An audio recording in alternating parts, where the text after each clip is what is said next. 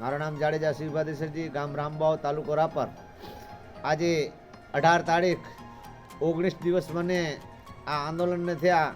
19 દિવસમાં આજે અન્નનો પણ એક દાણો નથી લીધો અને કાલે જે માપણી ડીઆર દ્વારા થવાની છે એમાં જે ટીડીયા સાહેબે બાંધરી મને આપી હતી કે મંગળવારે પથ્થર ખોડવા આવશે, એટલે કાલે પથ્થર ખોડવા આવશે અને વહીવટદાર તરીકે ભરતભાઈ કરીને એમને પણ એક ઓર્ડર એમને મારી નજરના સામે દીધું હતું કે પથ્થર તમે એમને લઈ આવવાના હતા। હજી પંચાયત દ્વારા એક પણ પથ્થર આવ્યો નથી રામબાવમાં અને એ જવાબદારી ભરતભાઈ વહીવટદારને અને ભરતભાઈ આમાં એ કામગીરી એટલે ધીમી રાખવા માંગે ચાહીને કે આ અટકે એના માટે।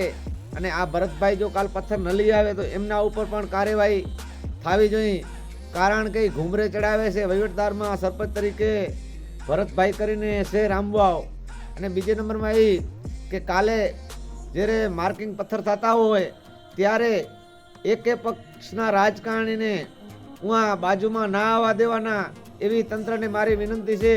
અને તાત્કાલિક ધોરણે ગૌચર ખાલી નહીં થાય અને આમને આમ આંદોલન હાર્યો મને પણ કાંઈ થઈ ગયો એની પણ જવાબદારી આ તંત્રની રહેશે।